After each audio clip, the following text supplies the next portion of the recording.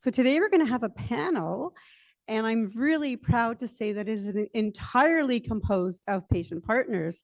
Often we see panels on patient engagement, maybe not often still, but quite frequently we see panels on patient engagement where there actually are no patients on the panel. So we've reversed that, and every person on this panel is here because they are a person with lived experience. So we're really excited about that. This is going to be an interactive session. So you'll sit for a little bit so you can digest, and enjoy a little bit of your coffee. But in about 40 minutes, you're going to be working with your groups. And then after that, you'll be moving around from table to table. So, and we know that this is going to be a great session. There'll be lots of questions and lots of interaction. We've already started all that interaction on the boat yesterday. So we're a really great crowd. So we're really looking forward to it. And we've got 3 objectives for the session. Okay, so we're going to describe the common challenges and concerns that participants face during clinical trials and explain how these issues impact their overall experience. We're going to identify and implement practical strategies to improve participant experiences, accessibility, and comfort during clinical trials. And we'll understand the benefits of involving patient partners to identify barriers and co-create patient-centered solutions to clinical trials. So in this panel, the people who are here have all been patient partners. Many of them have also been participants in clinical trials. So we're going to be talking really about both. So we'll be talking about the experience of participants, and we'll be talking about how patient partners can work with you to improve clinical trials and, as the title says, make them less awful and reduce those burdens. So I'd like to invite the panel up. All right, thank you. So I'm going to let the panelists do their own introductions to you. When I'm going to call on each of them with one question to get us started. They're going to answer that question. Then I'm going to have a few questions that they might chime in differently, and then I'm going to hand it over to the audience to ask their questions. So I'm just going to name the people, and then after that I'll call on them and they can introduce themselves. So at the far end we have Trinity Lothian. And then next to Trinity is Dawn Richards. And next to Dawn is Ron Thompson. And then we have Benji Fleischer, and Benji's 13 years old. And we have Michelle Wan, who's Benji's very proud mother. So I'm going to start with Benji and Michelle, who are going to kind of share the limelight and ask them the first question to get us started. And like I said, they'll start by introducing themselves a little bit. But my question is, okay, so after you've introduced yourselves, can you share your experience when Michelle was a parent partner in a clinical trial and Benji was the youth partner? Okay, so hi, because I can never hear. My name's Michelle.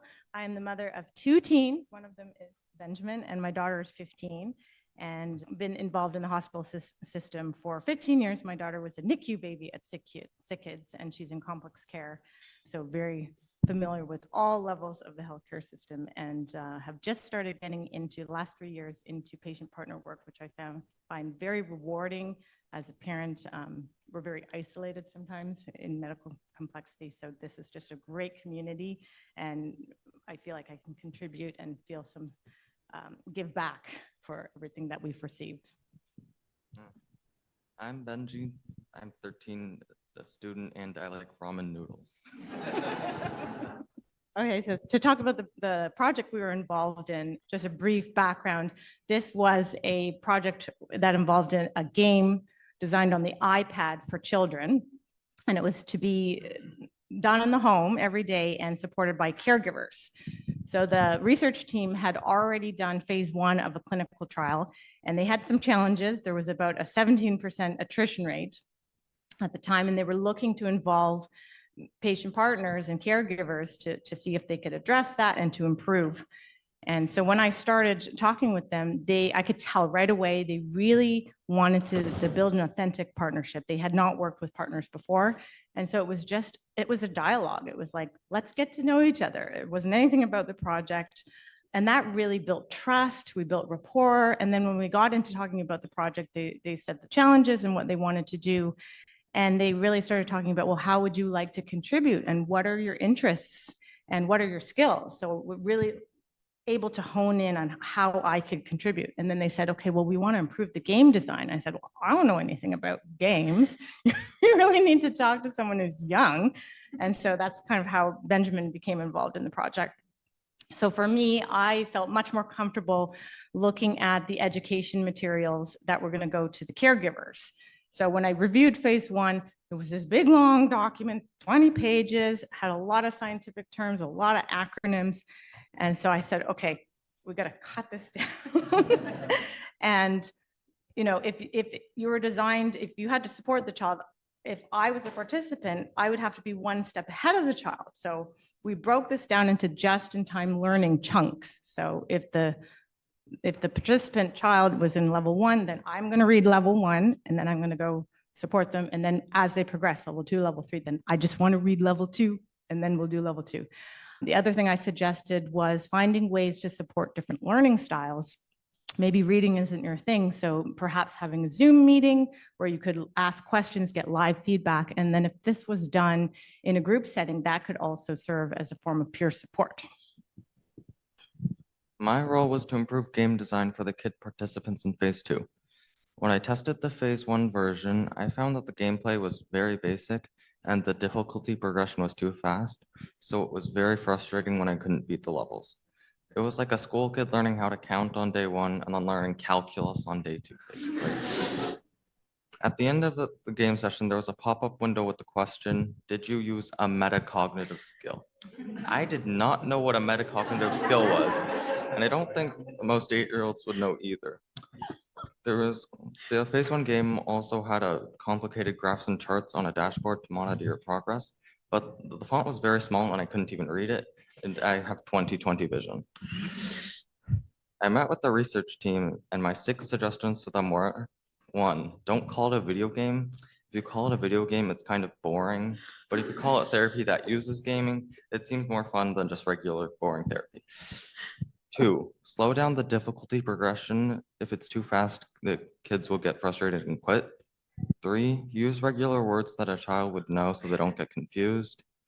4, don't ask questions when the kids are in the middle of playing the game. Leave this until the end. 5, include in-game prizes to keep the kids motivated. We need incentives. And finally, get rid of the scientific dashboard and charts. Kids are not interested in it.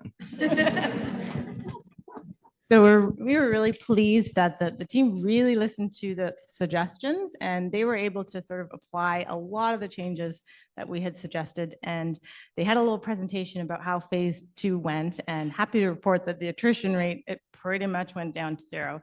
And so we'd like to think that, you know, that perhaps we had a small part in this due to the success, and it was really about building those authentic partnerships with people with lived experience. Thank you so much. Yeah, I'm sure you had a big part of the attrition rate going down to 0. That was great. So we'll hand it over to Ron Thompson. And one of the biggest obstacles to inclusive clinical trials is at the point of study design. So can you share your experiences with study design in trials for your son? Yeah, okay, thank you, Maureen. So I have 3 kids, and the youngest child, who's 5 now, was born with HIE. Now, right off the bat, do people know what HIE is? So kind of to Benji's point, how about, does it help if I say hypoxic ischemic encephalopathy? Does that help? So I think this is one of the first obstacles, to echo what Benji's saying, and it's not just about kids, it's about parents.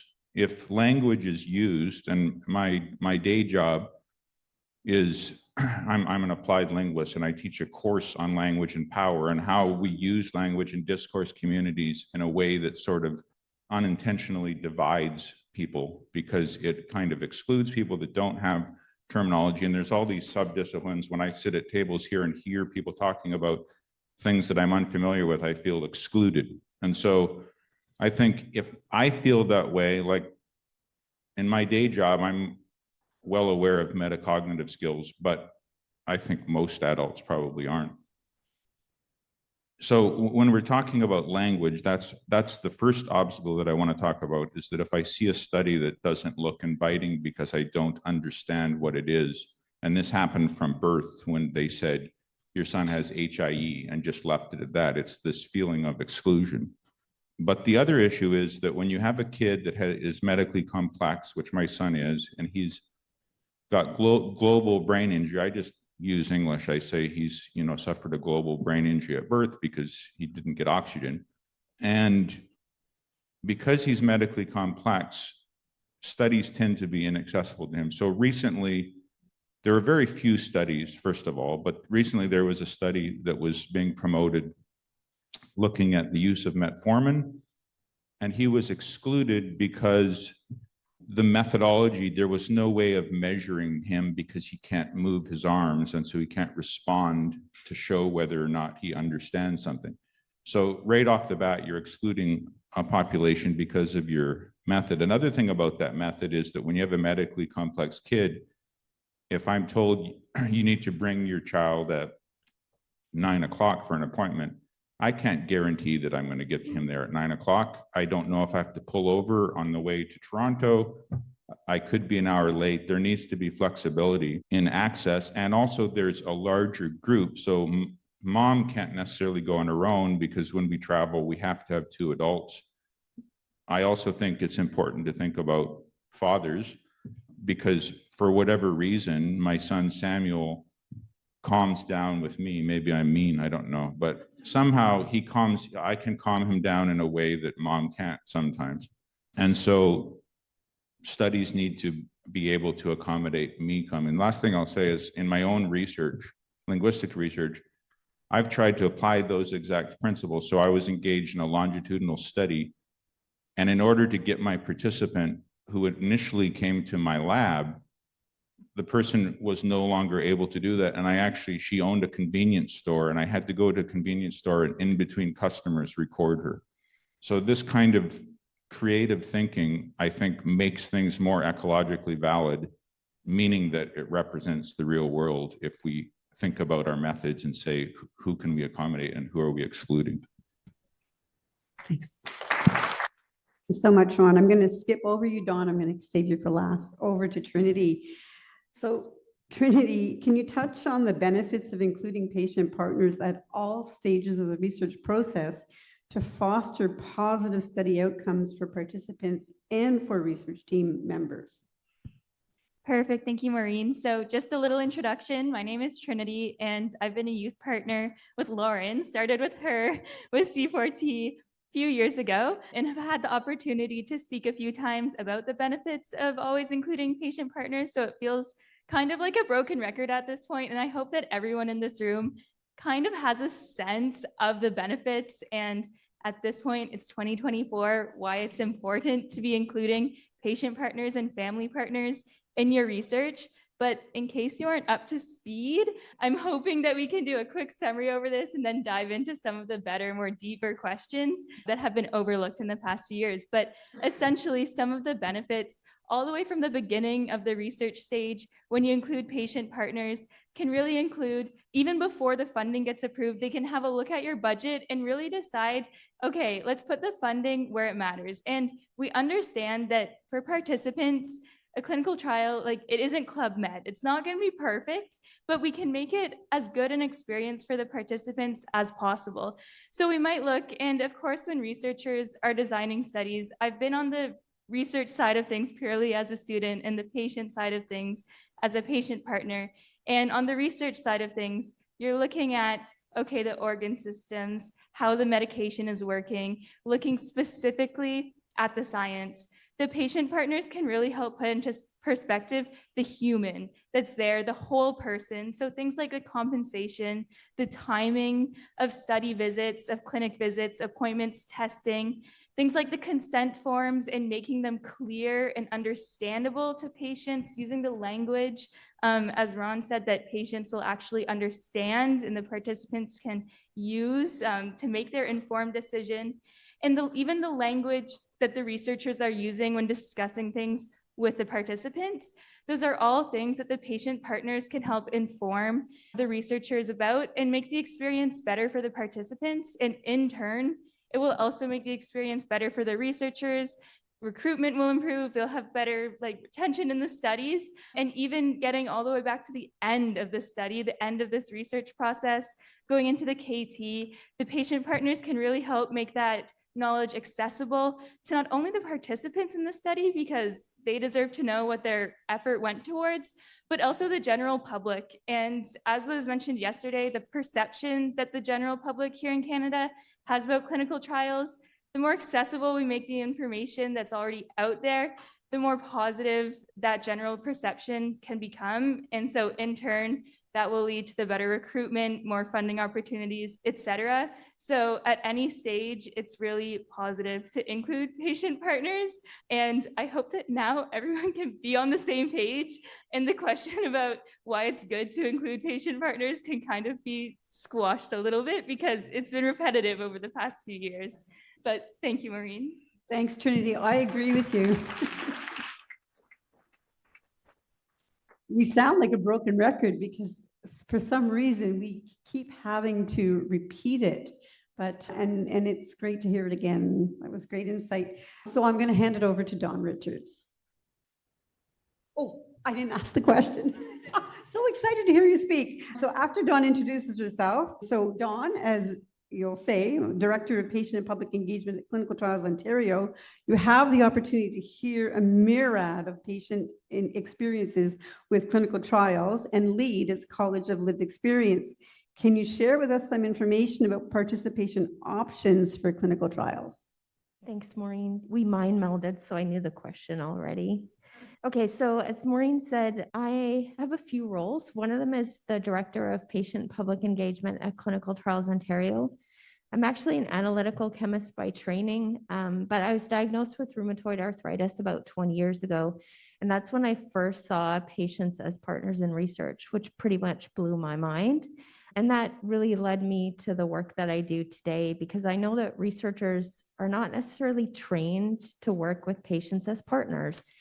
And it's okay to tell your patient partners that, because they usually assume that this is something you learned in school. So I just want to put that out there first. The work that we do at CTO is we do engage a group called our College of Lived Experience, and we're privileged to have Maureen on that group. We're privileged to have Trinity on that group, and they really inform everything that I do within the organization. And so one of the projects that came out of the pandemic early on was many of you were having to pivot your trials, so they were decentralized or they had hybrid options so that people could participate safely in them. And honestly, I hope those options don't go away, because I think that, and we know from a survey that we've done recently, that participants really appreciate the opportunity for different ways to participate. And that doesn't always mean going to you. Sometimes that means, like what Ron talked about, that means you going to them. So early on in the pandemic, we were having discussions about, well, what do participants think about this? But are they going to do this? Are they going to be okay with this? And so we had conversations with our College of Lived Experience, and they said, yeah, but we're only like 10 or 12 people. Can we do a survey on this? Can we ask other people what they think? And so right there, to your point, Trinity, we got an idea from working with patients as partners. We did a survey where we had about 300 people or so respond across Canada. And they told us we want options to participate in trials. We don't always want to go to a site. We might want to go there to do informed consent, but actually we're pretty okay with technology, and we're okay with just talking to you on the phone, or we're okay with these different approaches. So like 80% of the people who responded to our survey said we want options. We don't always want to go to a site. We'd be okay with things that are fully decentralized, or at least some hybrid options. The thing that they worry about most, especially if it's a medication, is what do I do if something goes wrong? And that's probably not very different from if you've got someone that's regularly coming to a site. Many of them are okay with technology. They said, like, I don't need to go to a site. I don't need to drive 2 hours in Toronto traffic to be consented. I'm totally okay to do that on Zoom. And people were split about privacy concerns. And, what if someone handles your information like a third party or something like that? I always point to the fact that, like, hey, Life Labs had a giant breach a couple of years in Ontario. And actually, I didn't really see very much come out of that in terms of how it was reported, anything that was done about it. So I'm not saying that's okay, but I'm saying we worry about a lot of stuff that other people don't worry about and that isn't that splashy at the end of the day. The other thing we heard from people is that they really feel that this is an opportunity for us to actually action, trials being accessible to people, trials coming to people in Canada that wouldn't normally be able to participate in trials. So I just want to put that out there that the patient partners that we're working with are saying, like, I have a life too. Like, I want to participate in trials, but I also want to be able to continue to live my life, and I don't want to have to drop everything to be a participant in an interesting study.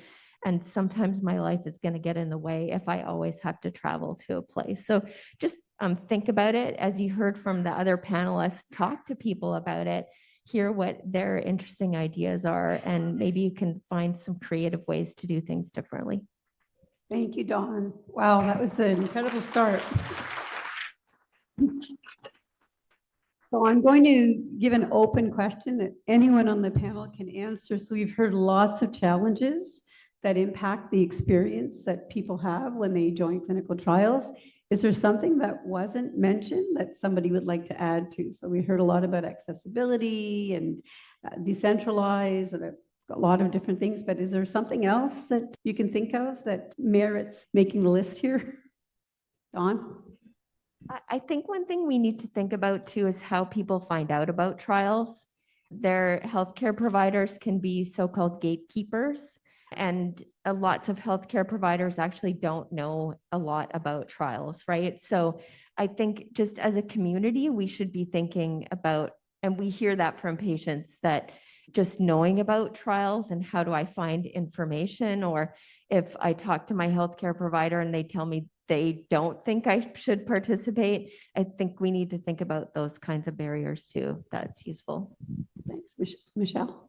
Yeah, I just wanted to say for participants, I remember I had participated in a trial, and then a few months later, I saw like on YouTube just a presentation. I was like, hey, I was involved in that. And I really felt like, I was like, why wasn't I told about this YouTube? Like, so like really just keeping those lines of communication, if you have whether you're a participant or a partner, saying, hey, we're presenting this, or hey, and just keeping everyone in the loop. And it just makes you feel like your contribution mattered versus just finding out, oh yeah, I was involved in that, but I never knew about that.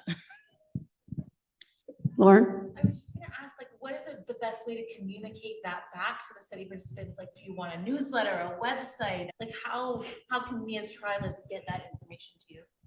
I think I've seen questions of like, do you want to hear the results of the study? And like, sometimes it's fine. It's like an email.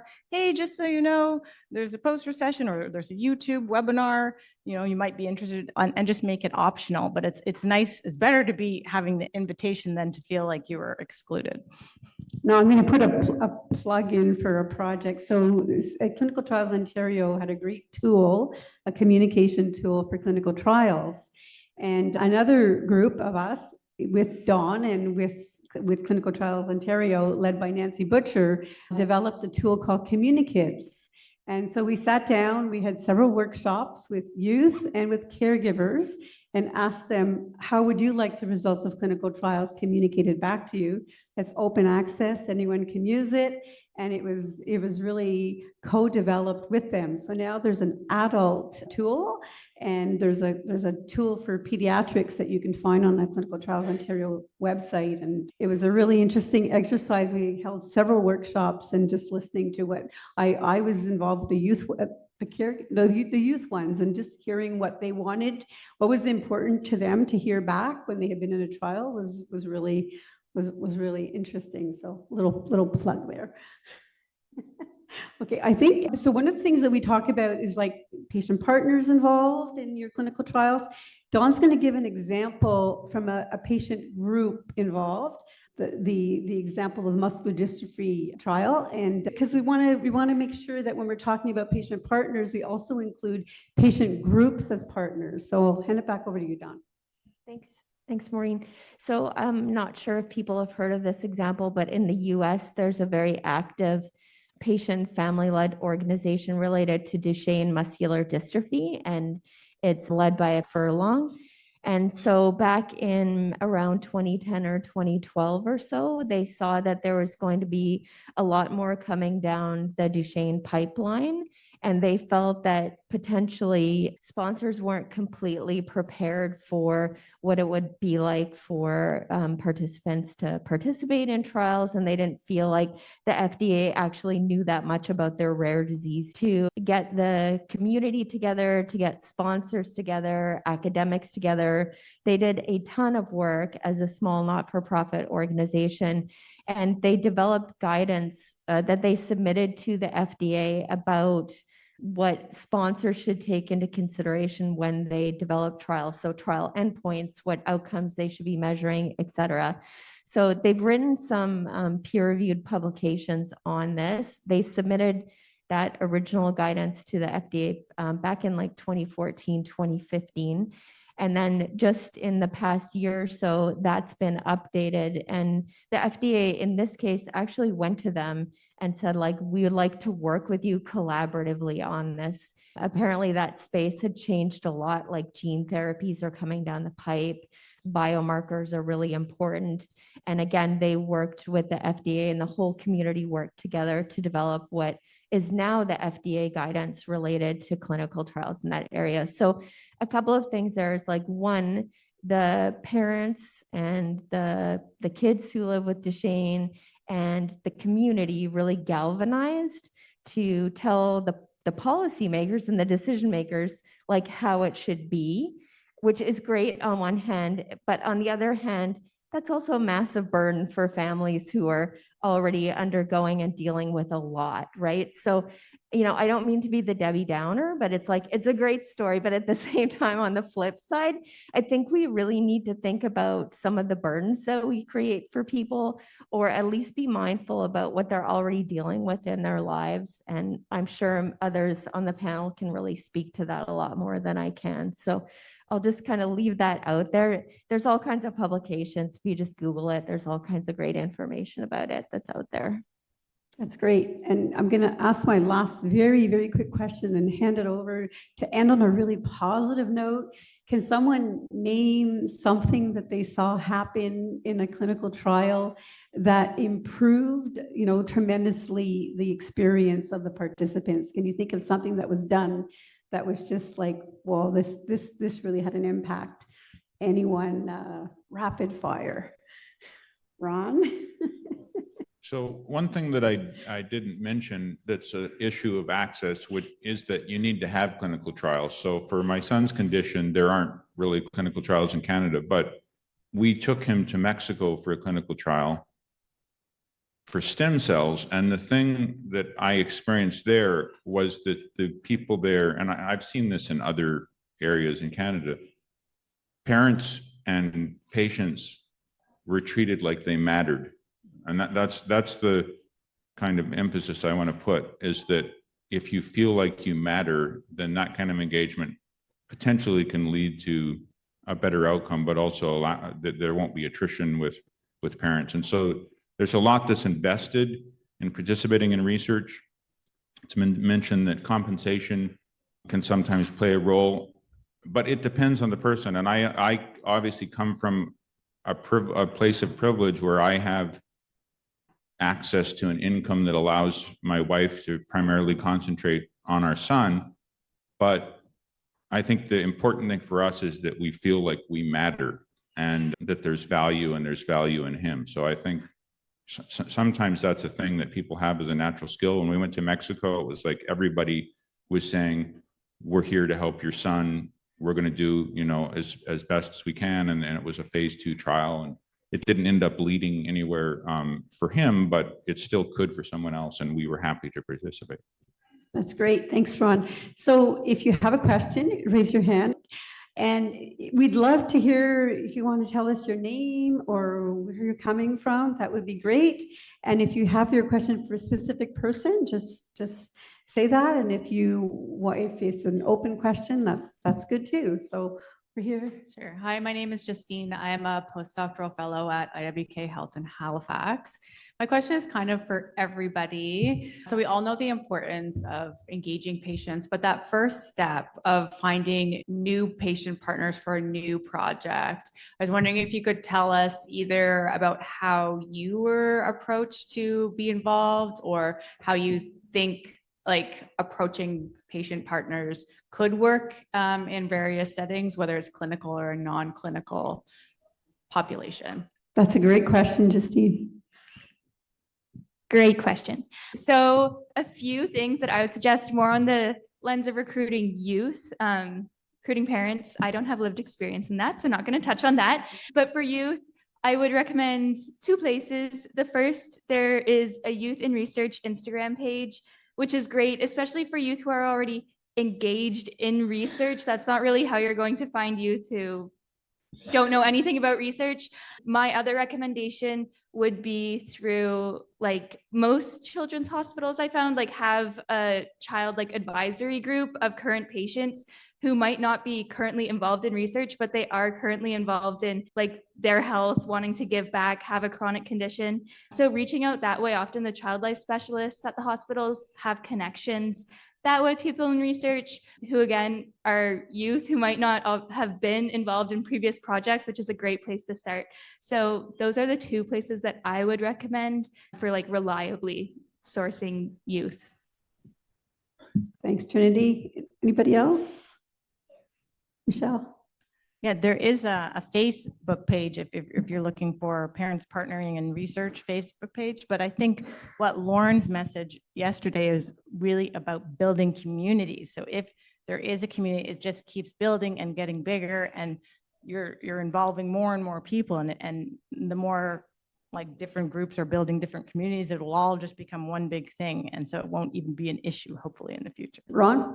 So, I mean, this reminds me, and I've had this complaint, if you live in a smaller center, which I do in Ontario, in Niagara, if I go to McMaster, I see signs for recruitment next to the elevators. It's like that's the tactic. But if I'm not going there, which is, I might have cause to go there because of an emergency, but otherwise 3 months might elapse. I'm not going to see that. And so I think communicating with tertiary level centers actually is key, because we see them all the time. We go in there all the time, and I never hear about a research study at that level. So I think, across Canada, there's these tertiary level centers that could be telling people about research opportunities. I'll throw my recommendation in that. Inform Rare, we engage with between 20 and 25 people on our project. And the majority of our patient partners come from the 3 patient groups that we deal with. And we get a mixture, like some of our patient partners, it's not their first rodeo, they've done this before, but we have a lot of people who are engaging for the first time, and we found them through their patient group. It also gives credibility, because that means that the patient group is, they're involved in the research and they're supporting you. And for some people who maybe have mistrust in researchers, that could be something that's really important to them, to have that kind of stamp of approval too, because there are communities who've been done wrong by researchers, and that's really important too. So that's a great question. And a lot of people want to get started and don't really know how. So. Okay, next question.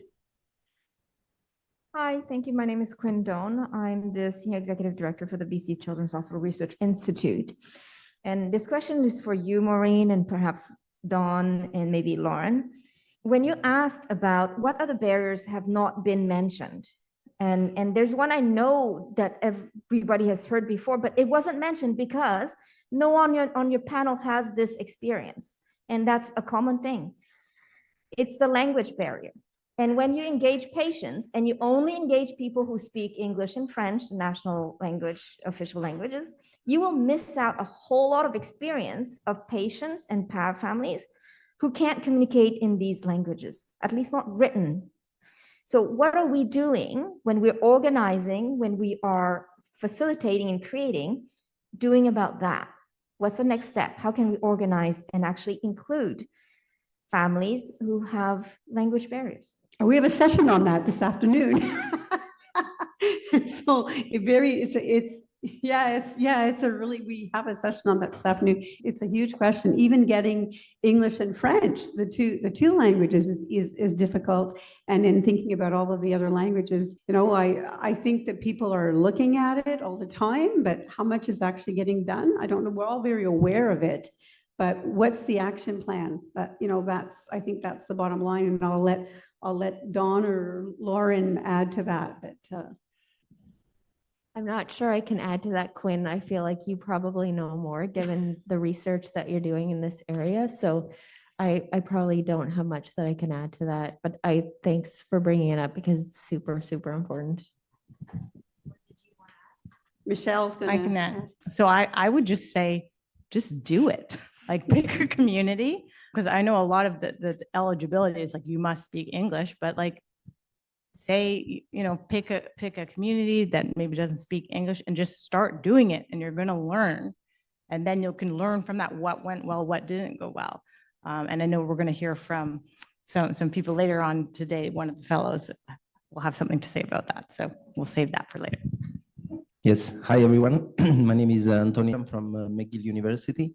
So I'm only just entering the field of clinical trials. So I'm new to all of this because so far I've been doing preclinical research where there's no patient engagement. So my question is, how many patients do you think it's, if I'm starting a clinical trial, should I engage one person, 10 people, 100 people? The more, the better, or just, some representative of different, I don't know, sex, gender, ethnicity. What's your thoughts on this? So the project that I was involved in, I think the intention was just to have one, and they ended up talking with a few groups, and like everyone was like, okay, I'm just one voice. And so they were very flexible and they were able to accommodate, and they ended up having 4. So I think definitely more than one is important, because you're not going to get the wide range of opinions, and definitely, just get one that doesn't speak English, like just do it. And I think it was really important, the approach. It was, we've never done this before. How do you see this happening? Let's get to know each other.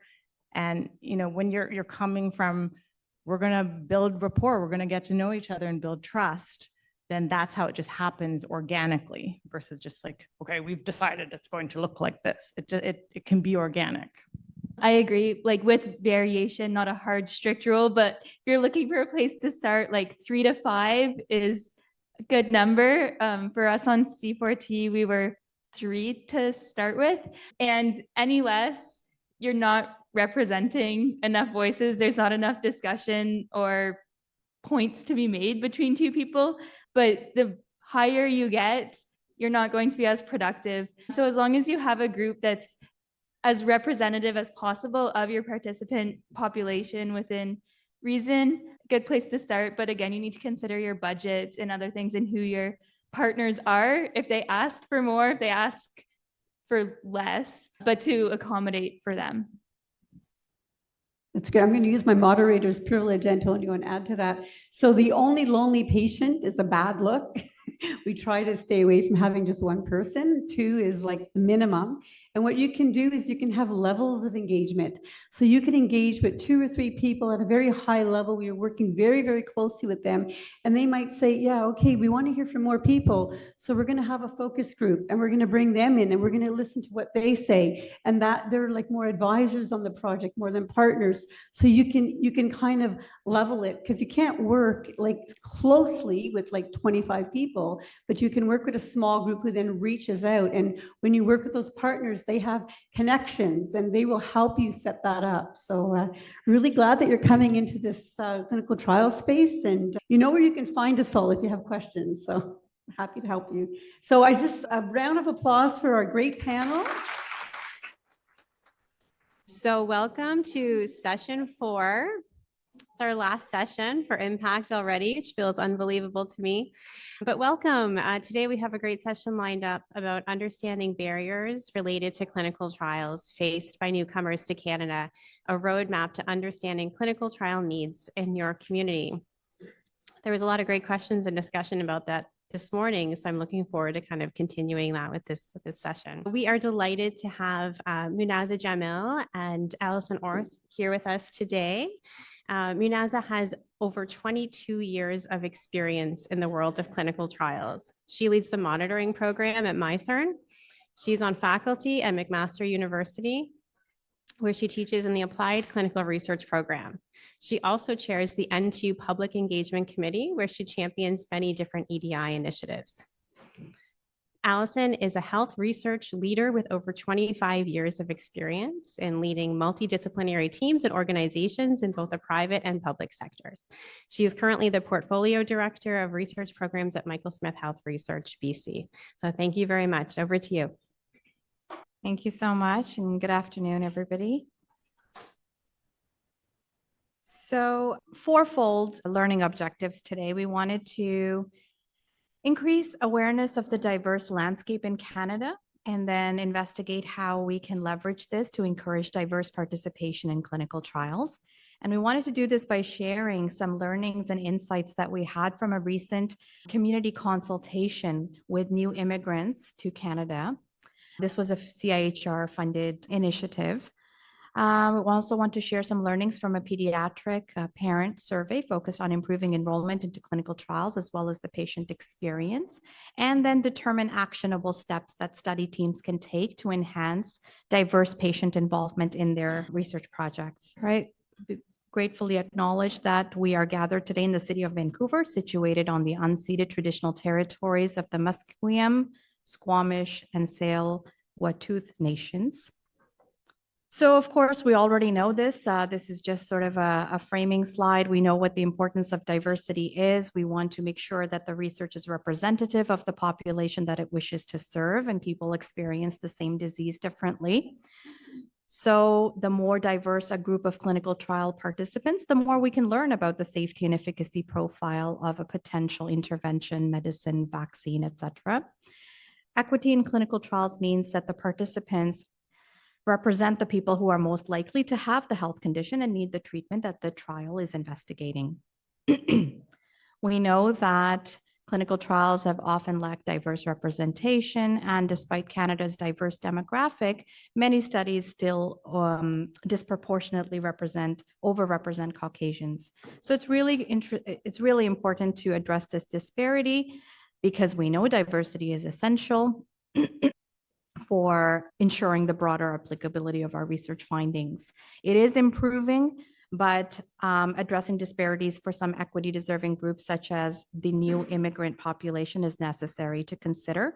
And when I say new immigrants, I also want to include asylum seekers and refugees in that term. So just to give you some background on why this particular population is important. So just over 1.3 million new immigrants have settled in Canada in the last 8 years, which is the highest number of recent immigrants recorded in a Canadian census. Nearly 1 in 4 people in the last census counted themselves as a landed immigrant or a permanent resident, which is the highest proportion since Confederation and the largest proportion amongst all G7 countries. And by 2041, 34% of the population of Canada will have been born outside of Canada. So with its high percentage of foreign-born citizens, the Canadian landscape presents really a golden opportunity for researchers to drive their projects to success by enhancing diversity in the participation, but also by fostering a diverse clinical research workforce. And this is important not just to increase the overall quality of the trials that are conducted here, but also to provide equitable access to clinical trials. So our project was CIHR funded. This was last year. It was called Breaking Barriers, Promoting Diversity in Clinical Trials for Newcomers to Canada. And this was through the work of the N2 Public Engagement Committee, which I chair, that we received the CIHR funding for a Café Scientifique program. And so we decided to do a public consultation, a public workshop with new immigrants. Fourfold objective of the cafe, we wanted to increase an awareness and understanding of clinical trials within this population. We also wanted to have an increased understanding of the barriers that this population faces when accessing and participating in clinical trials. We want the clinical trial community to develop effective materials to engage this population with research, and then also to create a model, hopefully, for future workshops and future community conversations that can happen, not just with the new immigrant population, but with any population in the local context that you wish to consult with. An overall summary of our learning. So we categorized all of our insights and learnings and findings into 6 buckets, and this is what they are. And I will just talk about them one by one briefly. All right, so accessibility. So when you're a new immigrant to Canada, firstly, it is very, very difficult for you to even find a family doctor or a pediatrician or a primary care provider. So that in itself is a huge challenge. Research is after that, right? So the first thing is for you to be able to find somebody. Navigating the healthcare system, new immigrants will report, can be quite challenging and quite harrowing. A lot of individuals, if they fall into the refugee or asylum seeker type of category, may not even have proper healthcare coverage, which makes them often ineligible to participate in a clinical trial in some cases. What we learned with our conversations with this group that evening was that they don't necessarily trust online information that is shared through a website, and they really, really prefer face-to-face, in-person interactions when learning about research, when learning about research projects, trials, studies, etc.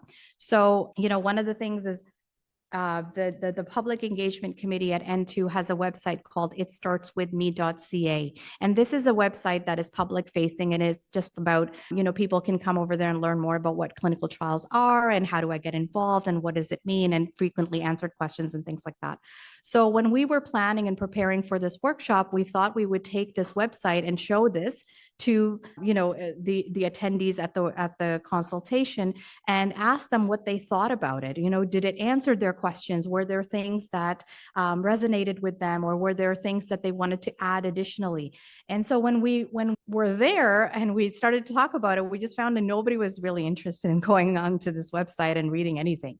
They were actually just interested in having the discussions that we were already having with them. So just to maybe step back a little bit and give you the format in which we did the evening. So we had a couple of very brief presentations at the outset, and this was just about intro to research. And there was another presentation by a caregiver with lived experience where they were taking care of a clinical trial participant and their journey and what kinds of barriers and challenges they face and what kinds of questions they asked and all of that.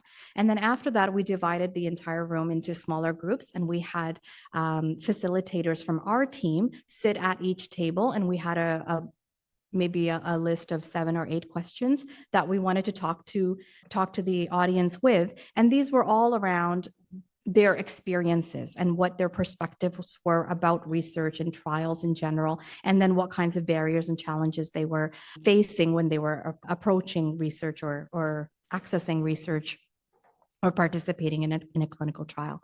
And many attendees also stated a preference to have sessions in a group format. So they really liked what we were doing, and they were asking when we were coming back and if we could do like a monthly type of evening with them at the community center where we were, and just tell them about anything to do with research or medicine or anything like that. And so group settings were preferred.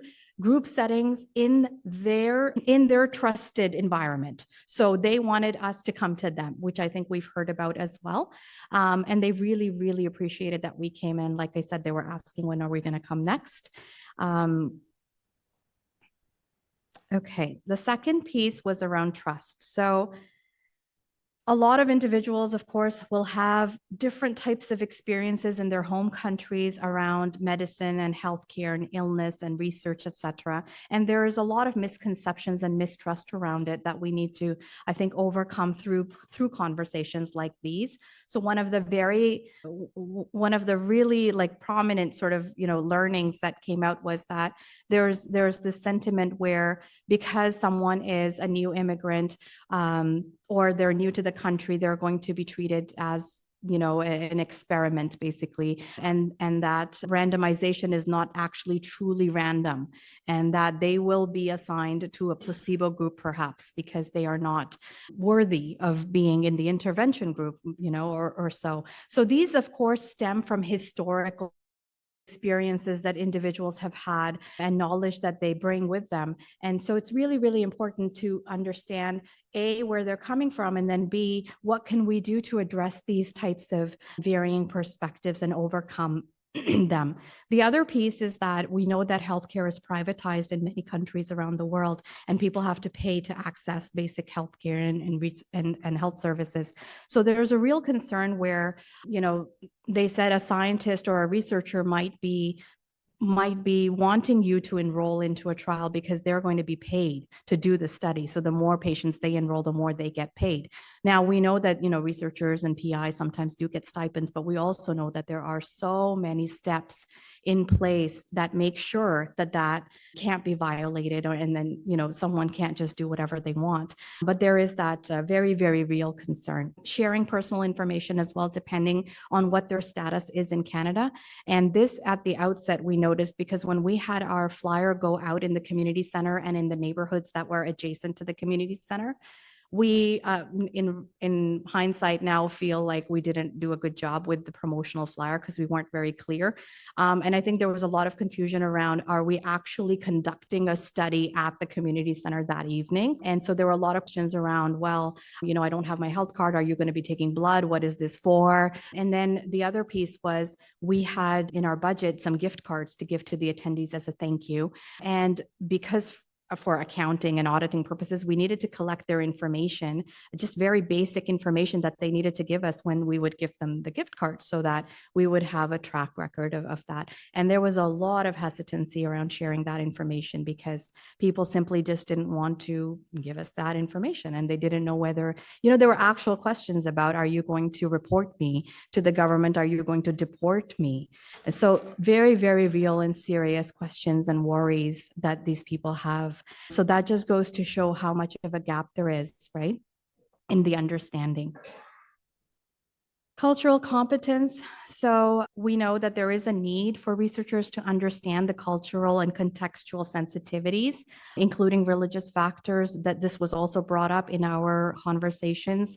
And like I said before, immigrants often do undergo a lot of traumatic experiences in their home countries, in their journeys with migration or immigration to Canada. And that does impact how they view medical research and the medical research community. And that's how, their perceptions are shaped. So we would need to address that.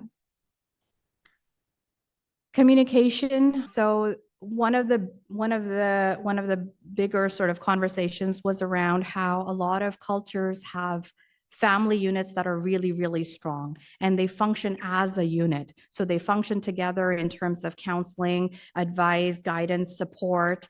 It's a circle. And when they said that when they come here and they go into a doctor's office and somebody approaches them to participate in research, it's the model is sort of like, well, you're autonomous, so we need to get your consent. What's your decision? And they don't necessarily feel like their circle, with their family is necessarily accommodated.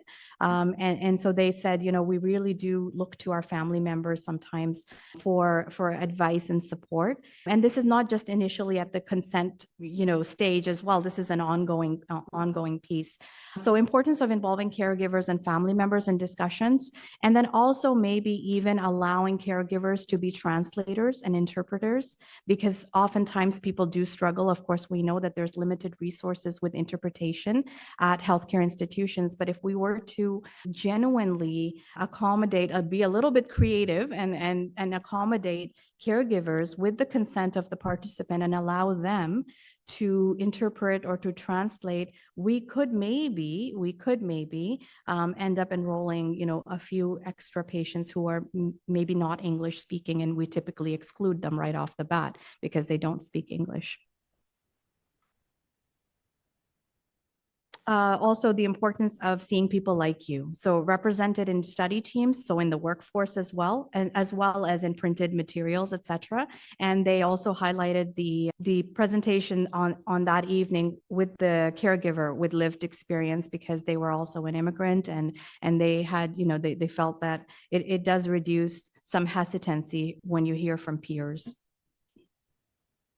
So transparency. So transparency is different from trust. The earlier slide was about trust. That was more about making the decision to participate in research. Transparency was more about you've made the decision and now you're enrolled in the trial, but there's concerns about how transparent are the study teams going to be with me, or the scientists going to be with me.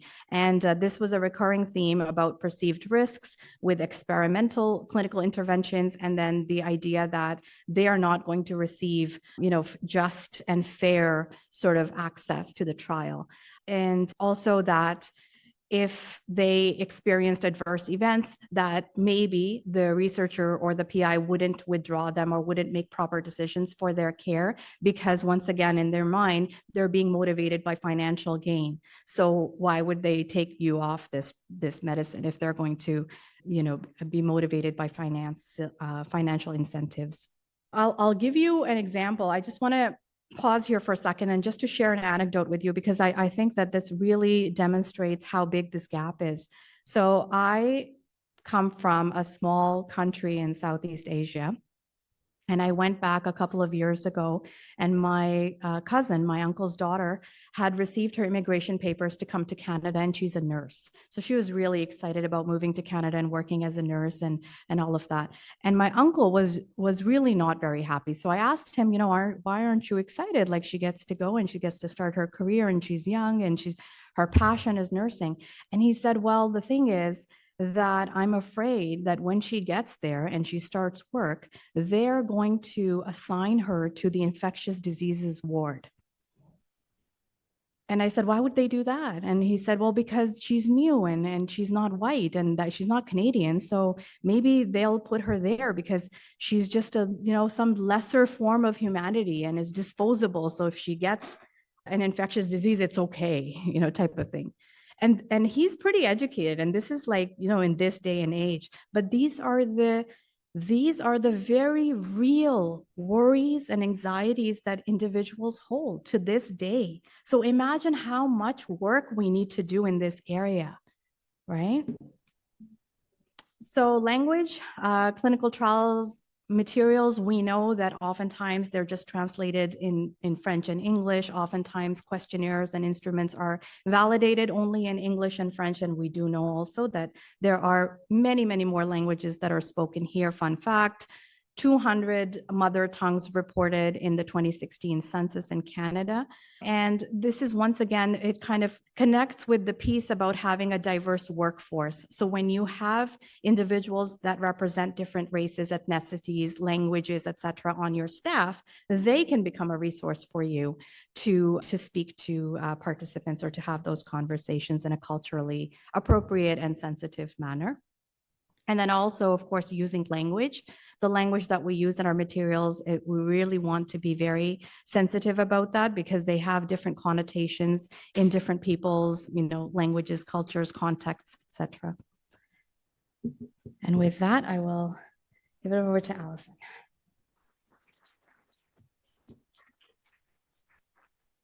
Thank you, Manaza. Inspiring as always. This is a two-part presentation. We're talking about the same project. And what I wanted to do, when we undertook this Café Scientifique consultation, It also became clear that some of the things we were thinking about in the planning and some of the findings that we heard were similar to other surveys we'd done in a broader Canadian population. And so through work at Clinical Trials BC, Clinical Trials Ontario, and other community partners, there's 2 surveys that we've done in Canada, one being a participation experience survey. Some of you in this room were part of helping to enroll for this. And this is Canadians who were approached to participate to be in a clinical trial. So at the community awareness, it was, what do you think about clinical trials? What would you think about if you were asked to participate? In this case, these are Canadians that were asked to participate, and they either declined or enrolled. We had 1,000 responses. Of those, 90% of the responders were white, and 10% were in the pediatric population. The parents had responded. We also did a public opinion survey around the Canadians' awareness and perceptions of the benefits, risks of clinical trials, and where they would want to receive information about clinical trials. And that was 1,600 residents from BC and Ontario. We thought it would be interesting to look at what was similar in some of those findings or themes, and where were the key differences. So between those 2 groups, there was in both groups low trust in the internet information and social media, a lot of concern with blood sampling in terms of the number of blood samples and the amount of blood samples that would be collected in the research. Of course, worried about the side effects. And for those that were hoping to improve their health, not the healthy volunteers, but potentially seeking a new treatment, did not want to be in a placebo group. Everybody wanted to have more general information about the process of clinical trials. How are they run in Canada? What is the ethical oversight? Do the researchers get paid for doing this, and how does that work? And they all expressed a need for transparency and reporting during the trial, communicating with the participants, and after the trial around study results with community and individual participants. What was different was around the source of information about a specific trial. So mostly Canadians would like to hear about trials from their physician or their primary care provider. But in the newcomer population, they wanted to receive information from their community in a group setting with others or with their family, and from trusted sources that they regularly engage with, but not healthcare providers. Canadians generally aren't concerned about their privacy risks when they participate in clinical trials, but the newcomer group was very concerned and actually suspicious, as you heard from Inaz, about sharing personal information. And Canadians have a lower concern with financial motivation of researchers when they're doing clinical trials. We have a public healthcare system. I think they are aware of how a lot of this, how the clinical trials basically are being run within the care system. And the newcomer population felt there may be hidden agendas and financial motivations of doctors, and also the companies and other research entities.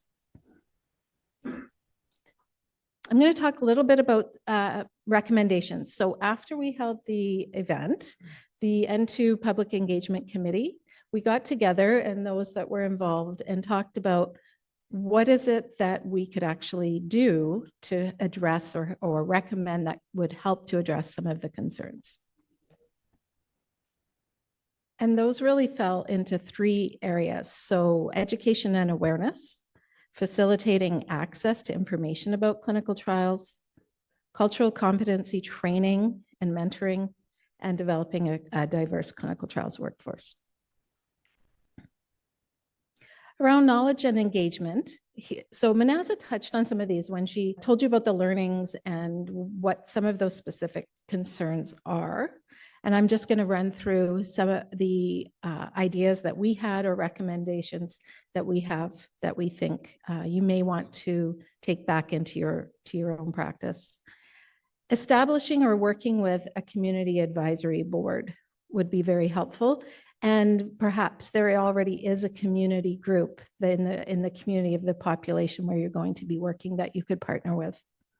Conducting community engagement activities similar to the Café Scientifique with in-person interactions that are over time, they can start to build trust with the research institute, the people associated with that, or the healthcare system where research is being done.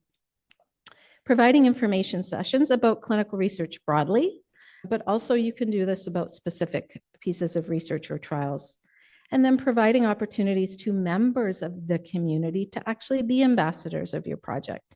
So we talk a lot about patient partners, and this can be in a similar approach, but some ways more that's your community folks that are supportive of what you're trying to do and are willing to talk about you and the research with the members of their community, or be there when you're holding the events and help you invite people into the events and into conversation.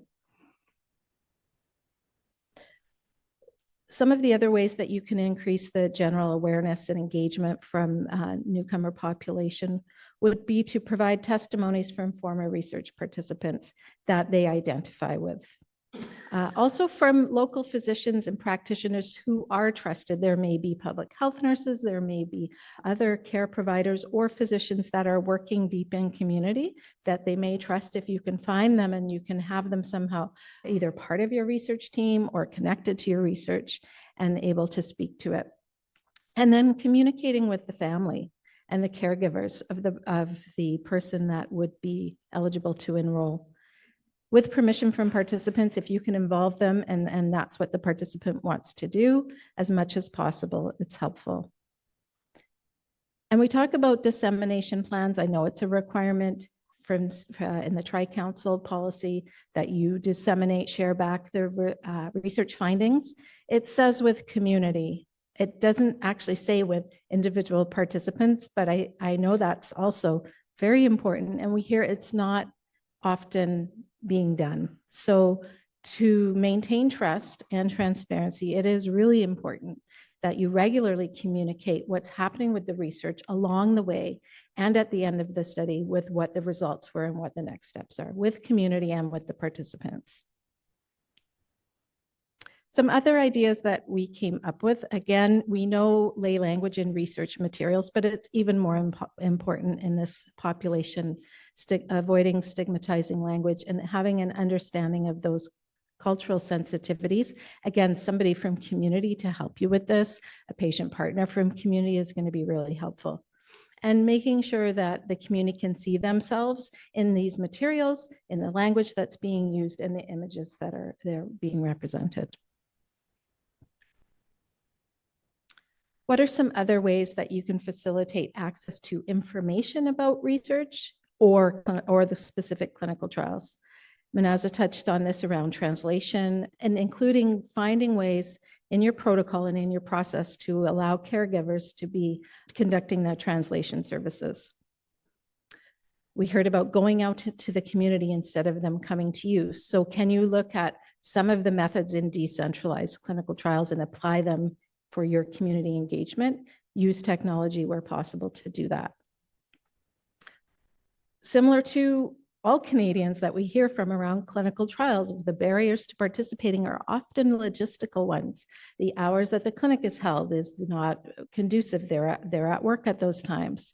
The study labs, or they're not available to do that in the evenings or the weekends. Or they have daycare needs, or they need to travel to and from the site and don't have transportation. It's not easy for them to get there. So making sure you think about those things and try to have some flexibility, go out to community when you can, and find ways to make it more easier for them to come into you.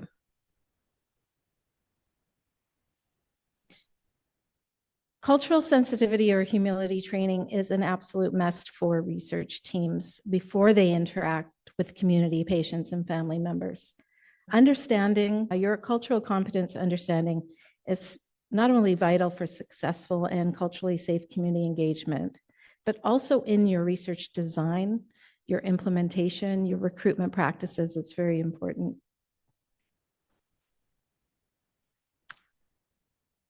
Often, and we hear this too generally, about when the trials are being designed, they're being designed for the scientific purposes, making sure that your sample size is going to be big enough, making sure you're going to have validity, making sure you're answering the research questions.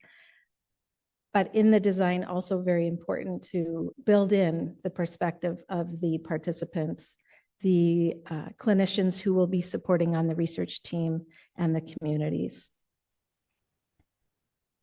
And finally, having your research team be more reflective of the communities you're engaging with can be really helpful to building trust and rapport.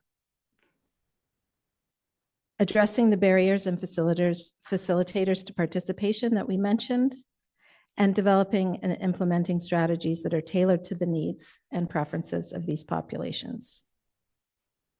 Again, this is all to ensure that the research questions, outcomes, and measures are relevant and meaningful to the populations you are studying. To close, our call to action from the group is that more education and awareness is needed about why inclusion of underrepresented groups are critical, that training in cultural competency is needed for the clinical trials community broadly. And we need to advocate for an infrastructure to be in place so that future conversations and engagements can continue. So that could be local infrastructure, that could be at a provincial level or a national level.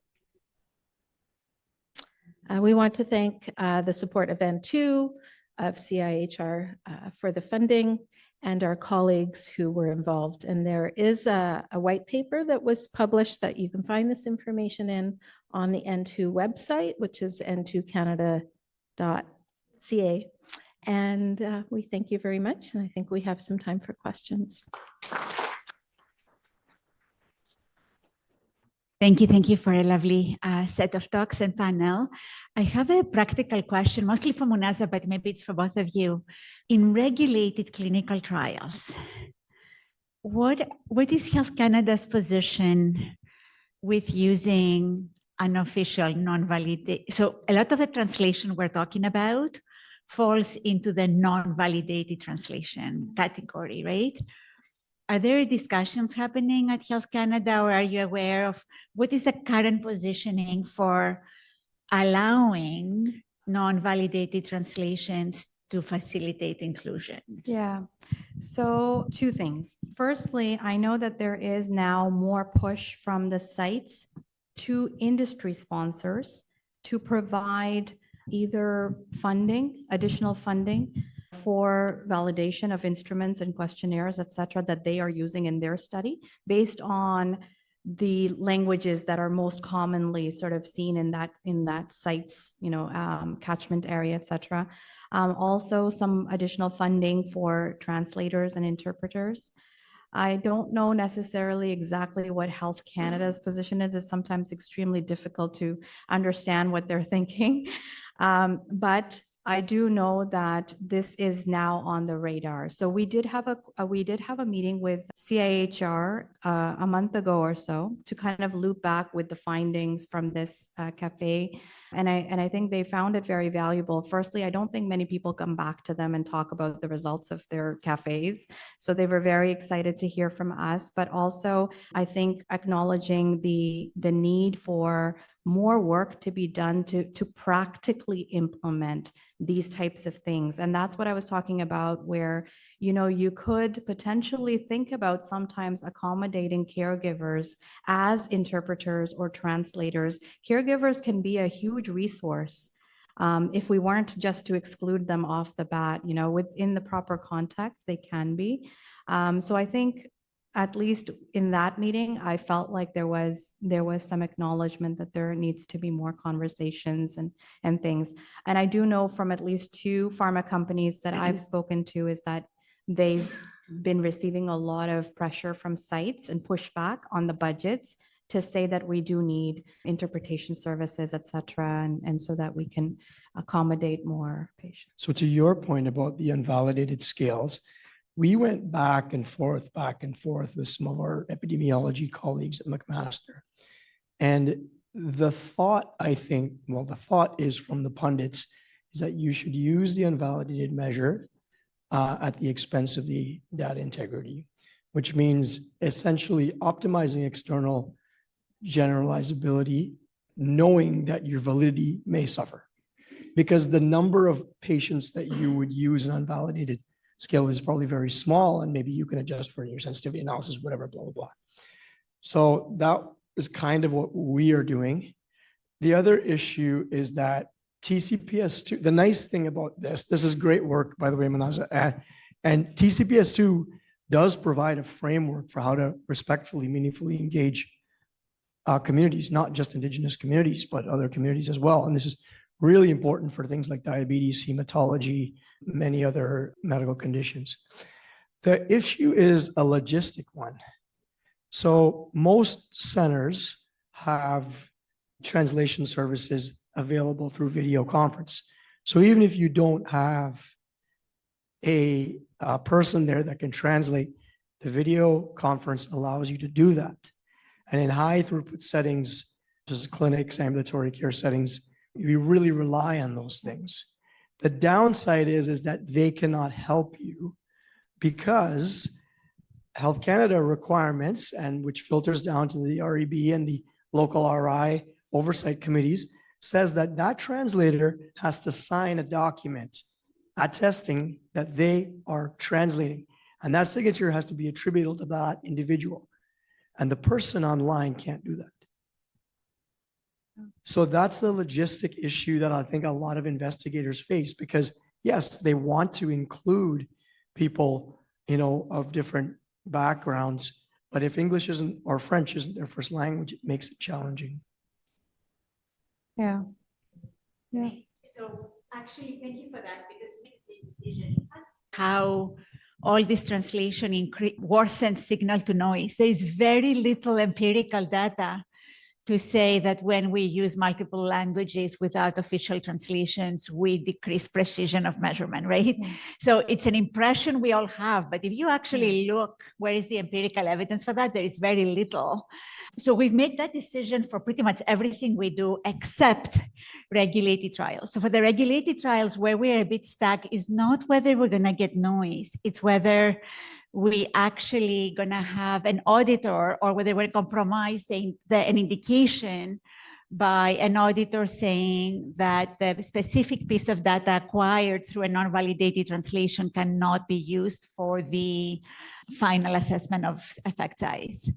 So this is where I'm a little stuck. And that's why I was asking Munaza if Health Canada is having the conversations, because, and if anybody else knows, like, would it survive an audit, a Health Canada audit or an FDA audit? Do they know about that? Like I was just thinking about, Jennifer Clayton's language barriers project at BC Children's. So I wonder if she's had any experience with how to, because she did email me once to ask me about the instrument validity. So I wonder if their group might have some more, and I'll check with them and hopefully find some more information from you. For you. Thank you. That was a great presentation. I'm Maureen Smith. I'm a patient partner, and I have a question about recruiting diverse populations to clinical trials. So one of the things that we know, I think by now that works, is for researchers to work with patient partners who come from those communities, who understand their needs, who people can relate to, and you alluded to that, and you seem to have CIHR's ear. So I'm going to ask you a question. So try to do that in getting together a grant for some projects that I've been involved with. And when we get to the grant application stage and they have to go through the process, if they want to be like a co-investigator, we want to give them as much, like we want them to be part of the project as true partners. And they get to either the applicant profile CV, or they get, and they have to do the significant contributions. The significant contributions instructions are written at a grade 15.9 reading level. And the questions that they ask, things like what are honors and things like, they're devaluing people. So now we're talking about EDI, and we've got CIHR promoting it all the time, yet they're like 10 years behind in those applications. So researchers either have to go one-on-one with those people and basically say, oh, we're not trying to devalue you, like you're very important to us, and convince them that those questions really are not the ones that they have to answer, and work with them to fill out those forms. It's a terrible way to do it. So you said that you've been talking to CIHR, and is there any movement on that at all? Because I've personally had conversations with them about it, and I'm not getting anywhere. They're saying, can you guys maybe keep up with the times and change the questions and make them relevant to what you're looking for in those people, and fix it up so that you're not at a grade 15.9 reading level just to read the instructions, never mind the questions. So hopefully you can encourage me. I totally see your point, and I know I'm very well aware of this discussion and this conversation that's happening. And I know that they are aware of it, but like you said, I don't know if they're quite ready to address it just yet. There's many things. One of the things that we talked about in that meeting as well was about how CIHR applications and grant applications always have this this mandate around diversity and enrollment and all of that. But firstly, there's no accountability, right? So nobody ever asks you at the end, like, what did you do? And if there is, then it's very easy it's just tokenism, right? Like it's very easy to fill up those sentences. This is what we did and this is what we have, and that's just the way it is. So one thing that I was talking to them about was this gap, firstly. And then the second thing is that we oftentimes talk about research teams, approaching communities and having conversations with communities, individuals, et cetera. But really, how many people feel like they have very strong training in culturally appropriate communication, cultural sensitivity, cultural competence? And many people feel like when we talk about cultural competence, that it means that you need to be aware and knowledgeable about every single culture that's out there. And of course, that's not the concept at all. I mean, the idea is that you have the skill that is needed to approach conversations with curiosity, with humility, and with respect. And that way you can have conversations with just about anybody if you have that skill. And so one of the things that, they did say as well is that there is a lack of a standardized training nationally for researchers on cultural competence, cultural sensitivity, humility, et cetera, and all of those things. So I'm hoping that, they were actually saying, maybe N2 can fill this gap and so we'll definitely going to take these conversations forward. And so stay tuned on that, but that, many gaps for sure. Absolutely agreed. Thank you for sharing that very important work and for such an engaging discussion. We're going to switch gears just a little bit now. We are going to be talking about, there we go, building your clinical research team. So we have a panel discussion. So I'd like to invite our 4 panelists up to join us at this time. So while everyone's getting seated, I'll just share the learning objectives for this fireside chat. And, despite our best efforts, we could not build a fire in here. I don't know why they said no to this. So just please try to imagine this is a cozy environment and we're sort of sitting around and having a friendly chat, because really, outside of the official learning objectives, really the goal of this session is just sort of break down barriers and introduce you in a more intimate way to different types of clinical research professionals that can help you in very concrete ways in terms of making your clinical trials efficient and a success. So we would like, by the end of the session, we're hoping that you will all be able to explain the distinct roles and responsibilities of clinical trial team members in ensuring the successful planning and execution and dissemination of clinical trials, and to be able to understand how the collaborative efforts of a trial monitor, a statistician, a trial manager, and a knowledge broker all contribute to the quality and impact of clinical trials, and also to understand key elements and strategies for fostering collaboration and productivity within trial teams. So to get us started, what I'd like to do first is ask each of our panelists to just introduce yourselves briefly and describe your typical role in a clinical trial. All right, thank you. So I think you know who I am. And I also lead the monitoring program at MyCern. So my role would be of a monitor in a clinical trial. And really what monitors do is to make sure that all of the rules are being followed and the trial is running according to plan, and the data that's being collected is complete and it's accurate, and the safety, well-being of participants is being protected. And so monitors will do this by visiting the participating sites and ensuring, that the documents are in order and providing guidance to study teams. Thanks. I'm Samir Parpia. I'm a associate professor and biostatistician at McMaster. And I guess the statistician role in clinical trials is spans the whole spectrum from inception of the question, help with designing the trial, obviously sample size, which most people think that that's what we're only good for. But, importantly, there's a lot of work that we help with the methodology in terms of, looking for sources of potential bias and mitigating those issues. Then, we work with IT in terms of developing the data management plan and CRFs. If there is monitoring to be done in terms of interim analysis and safety, that's where we go after. And then, the final analysis, and more importantly, I think the interpretation of the trial results is what we're involved in. So pretty much the whole spectrum. Thank you. My name is Wenli. I work for Lauren. I'm a trial manager working for the C4T cannabinoids trials. I'll describe my typical role of a trial manager from 3 points today. The first is as a trial manager, we develop a whole bunch of documents to support the backbone of the trial to make sure it meets the quality requirement of Health Canada. For example, we can help to transfer the grant proposal to a trial protocol, and we can develop the worksheets of the data collection worksheets to help support the setup of the database of the trial. And we can also develop the DSMB charter, steering committee charter, risk management plan, and project management plan.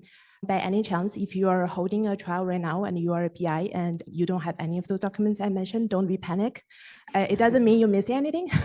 The trial is different from case to case. So before we develop any documents, the trial manager will meet with the sponsor PI to make sure we know the expectation from the PI, and we'll develop the documents accordingly. And the second point is we collaborate with various teams working on the clinical on the trial to make sure everyone has their supporting documents and everyone knows what's their role in this trial, and everyone's follow the guideline of their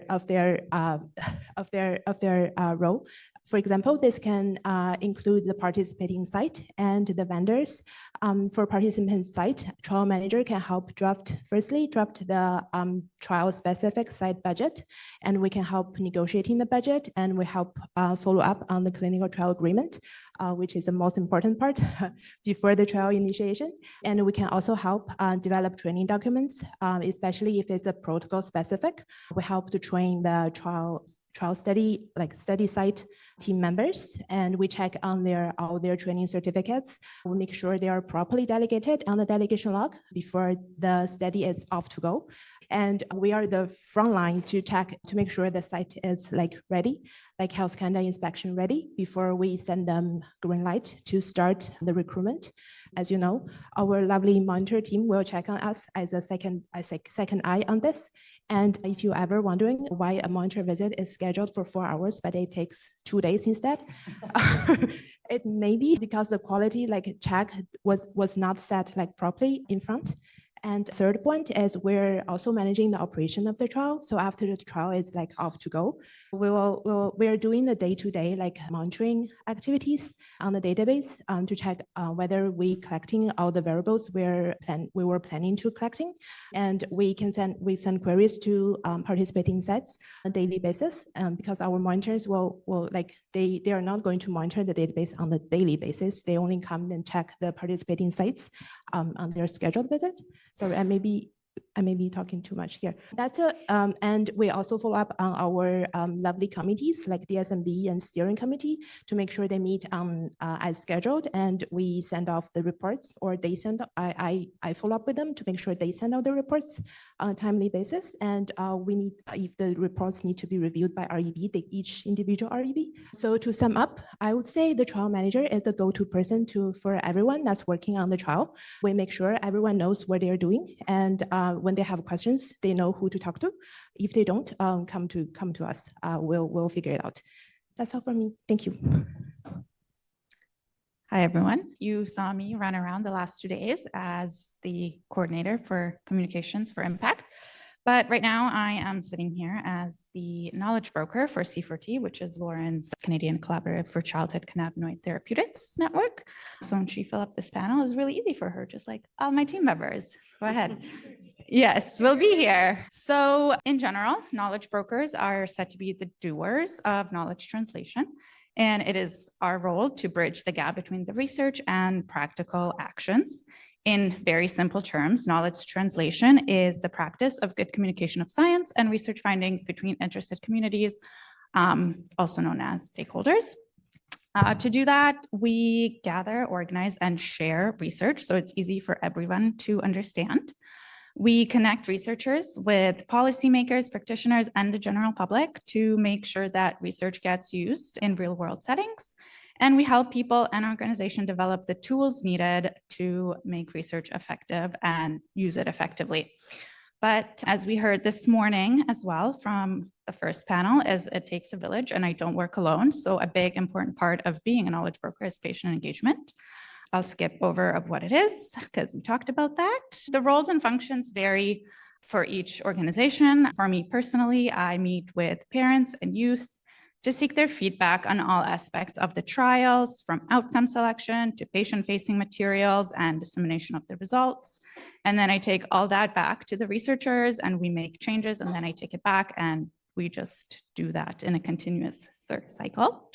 And then when study results are available, I work on creating easy to understand information that is free from academic jargon. And for example, we share it on our website as infographics, or we make social media posts, and we make sure that it is accessible for everyone who needs to see it and use it.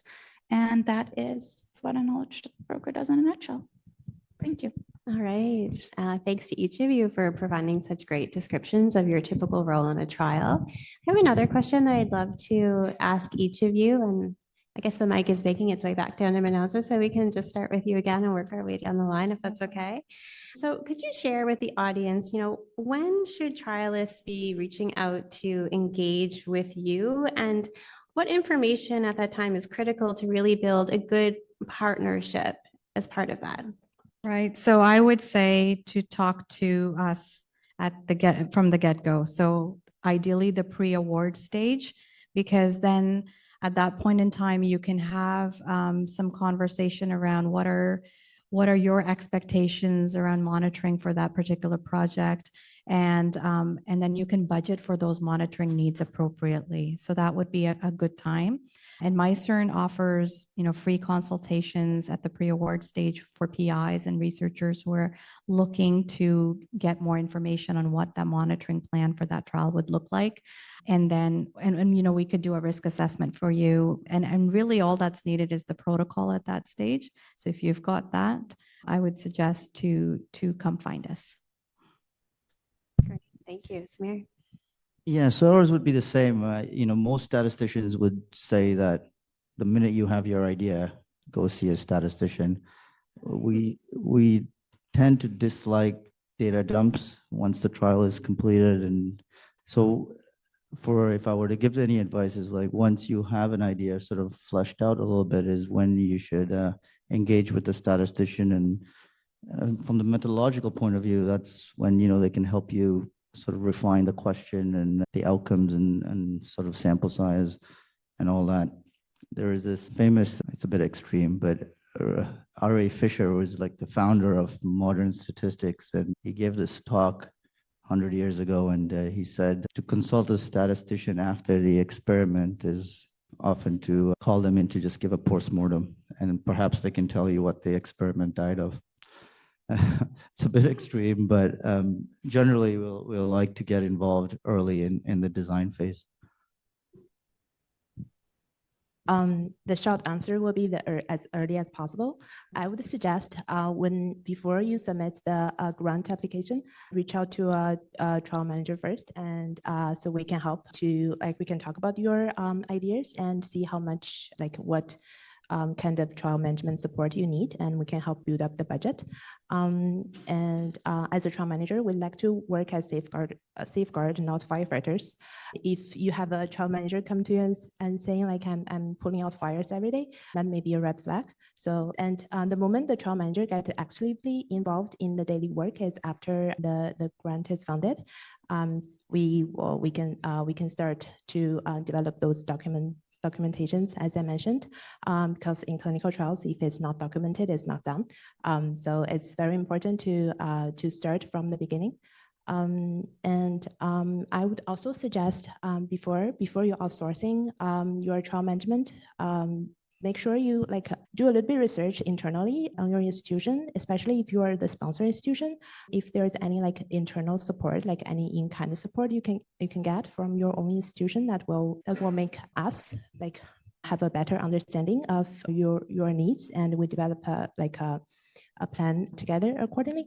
And about where Milestone provides all different kinds of support from grant application to all the way to monitoring trial management, and from beginning to the end, we're working as an academic research organization. So feel free to reach out. Thank you. So my answer is going to be very similar. You want to reach out as soon as possible, because very often researchers do reach out to knowledge brokers at the end of trial. So when they're ready to disseminate the results, and knowledge brokers can help with much more than that, just at the end. So we can help with shaping, again, like statisticians can, and trial managers with research questions and outcome measures and recruitment materials. And I think it's important that the knowledge brokers will involve the patient partners and do the patient engagement. And knowledge brokers can be found at your provincial SPOR units. So the strategy for patient-oriented research, contracted through MyCern. And also, if you have the budget and the time and the people, you can, so to say, invest in one. So that's how I got into my role. Is one day Lauren said, I need a knowledge broker. And I said, I don't know what it is, but sure. So I think if you have a person who is interested in that, there is training also that is provided through Stick Kids. And yeah, and you can find the right person to do it as well. So that's great. Yeah, thank you so much. I mean, for those that are just starting out planning their first trials or starting their first trials, it's like you are not alone, right? Like there's so much that goes into, planning and conducting a trial, but there's sort of a whole support network, and really is a team sport. So it's great to sort of hear from each of you about that. I have a few questions just open to whoever, wants to chime in for them. But I'm curious if you can share maybe some barriers or some common issues that you might have faced when working with trial teams.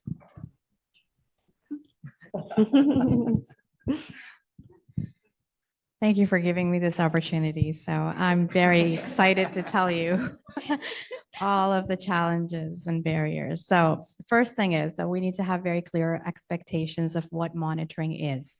So monitoring is not just multiple visits, but it's also multiple types of visits. So I think sometimes people don't know that there's different types of visits. There's an initiation/activation visit, which is different from when the trial's actually running, and then there's a closeout visit, etc. And then for all of these monitoring visits and tasks to take place, we need resources, and we need to allocate time and budget and personnel to it. Sometimes people think that having remote visits is actually easier on the site because the monitor doesn't actually, you don't have to facilitate their entry into the site and have them sit there, et cetera. But what they don't realize is that when your study coordinator is going to have to redact a whole bunch of documents and then upload them, and all of that piece, the preparation piece, sometimes takes longer than if a monitor just came to your site and saw everything as it was and documented what they saw. So there's some awareness, I guess, that needs to take place around what that is.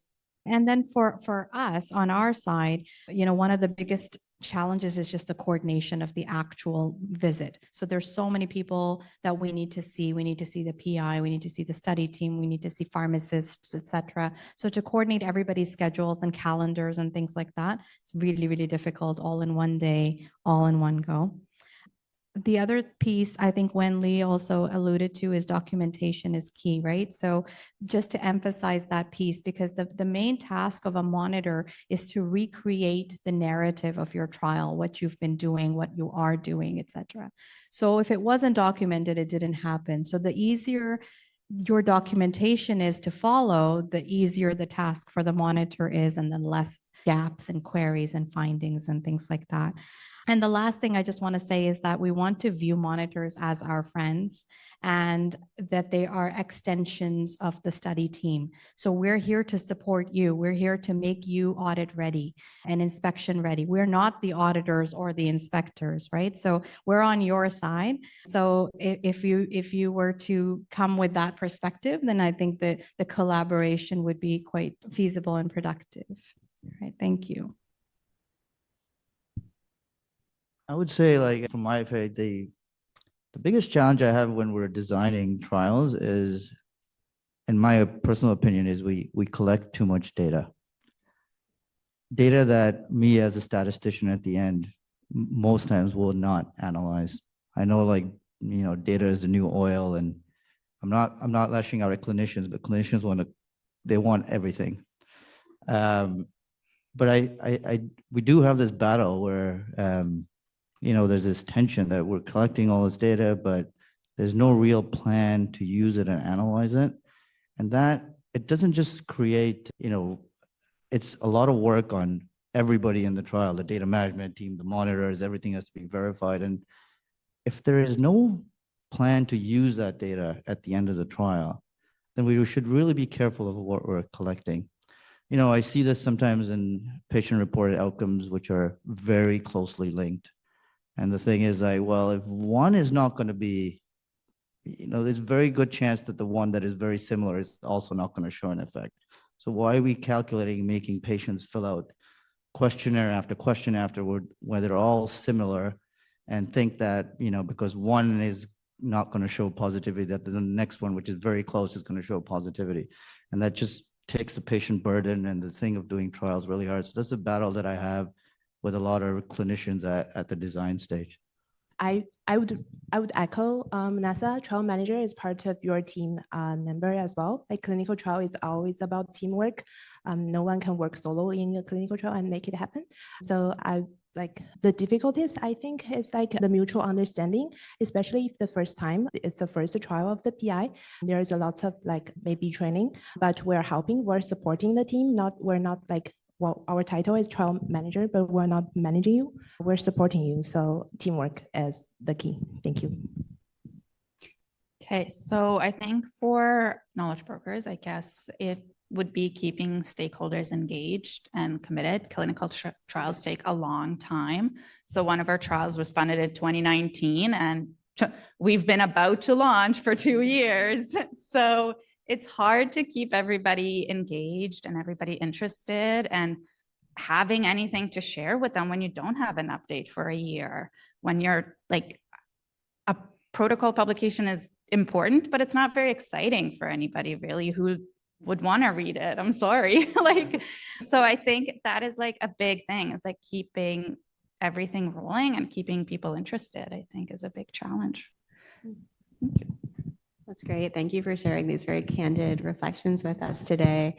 Another question, it might not be relevant to each of your roles, but I'm curious if it might be. I'm wondering, are there any differences about your role when it comes to trials that are studying, children or neonates or pregnant people than compared with if it was an adult trial?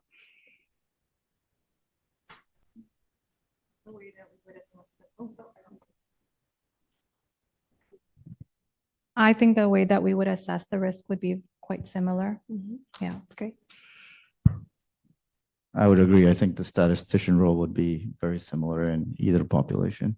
I would say pediatric trials will be more complicated than adult trials from documentation perspective, because we'll need a SAN form, and the sites are different from the REBs are varies from site to site.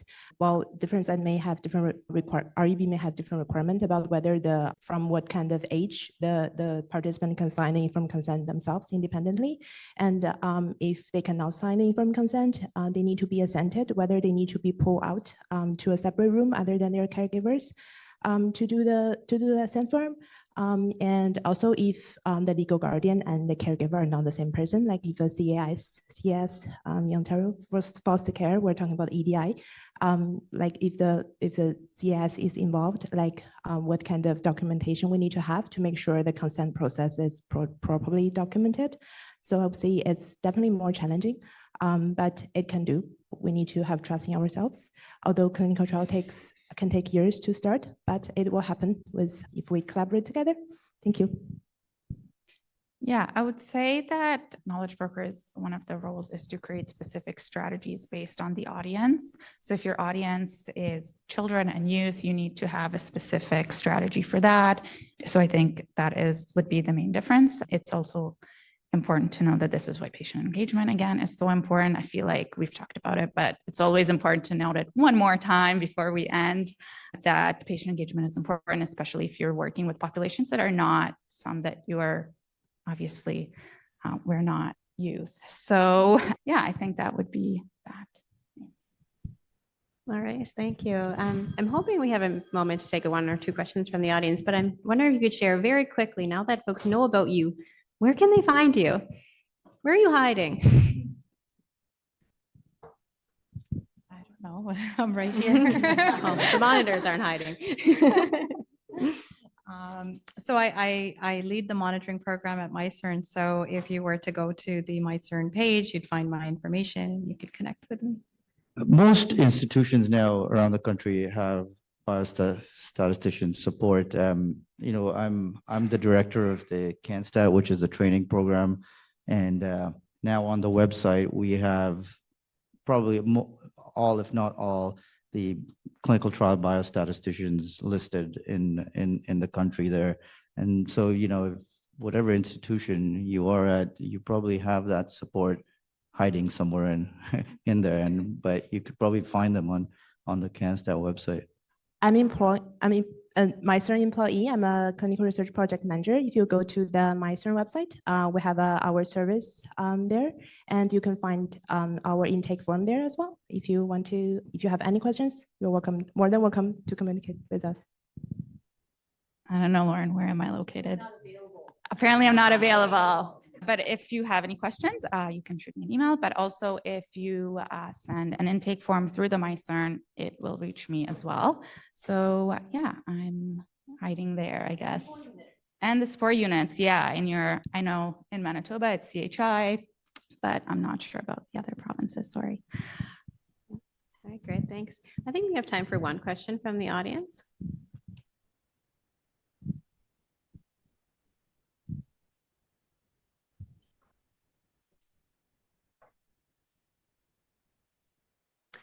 No, okay, well then I think we will wrap up this session. Thank you so much to our panelists for sharing with us today. We really appreciate it.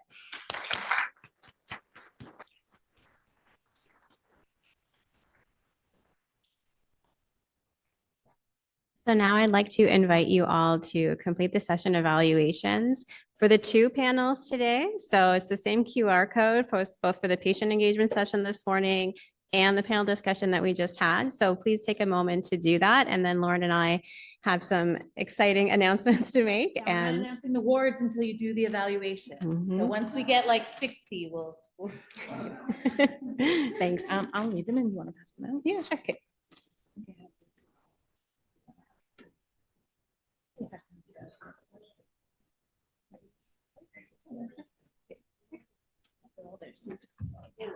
All right. You are correct.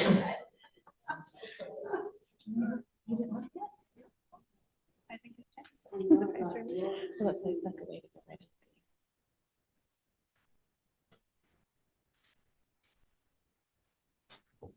Post-it note if you want to highlight.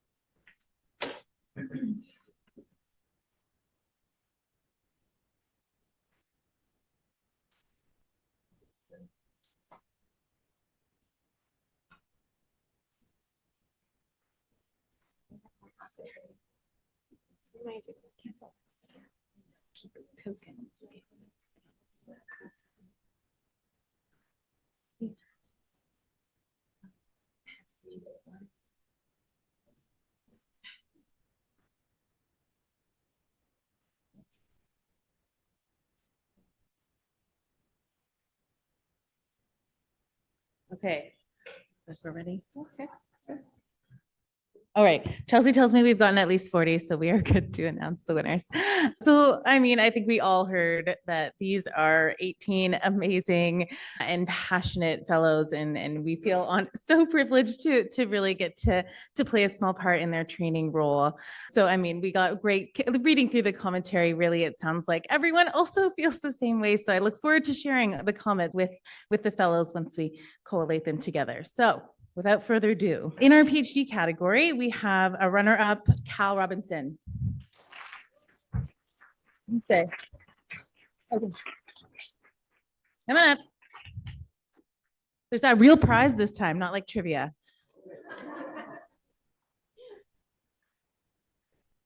Oh, yeah.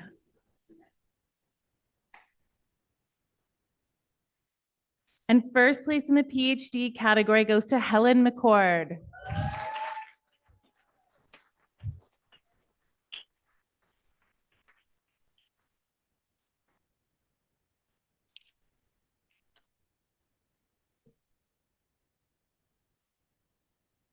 Thank the room. We didn't do it. Yeah.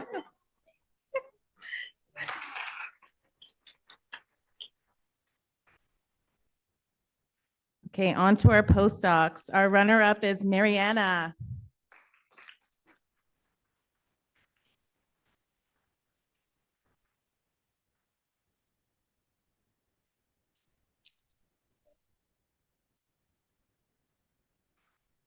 And first place is Brock Williams.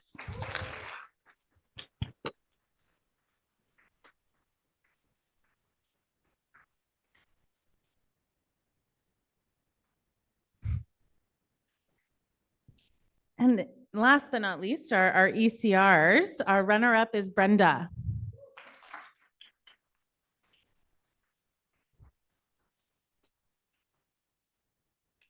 We'll find Brenda later. And our winner in the ECR category is Sam Dawson.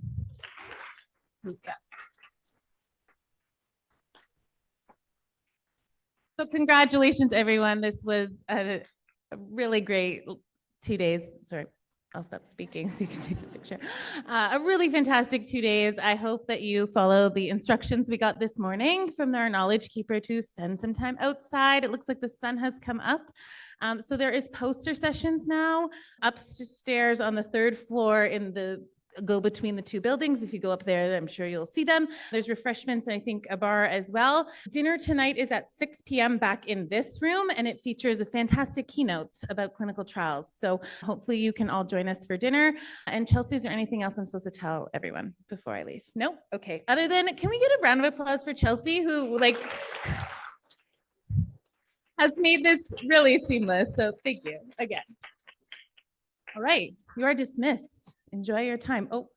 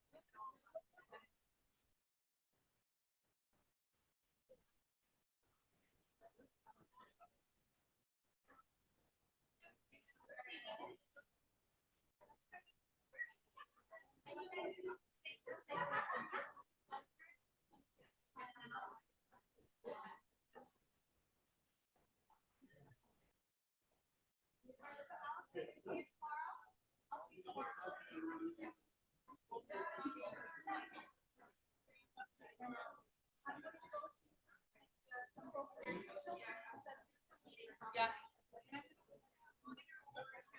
Oh, good. I was just gonna say, if you're going over to BC Children. Yeah. Are you monitoring? Yeah.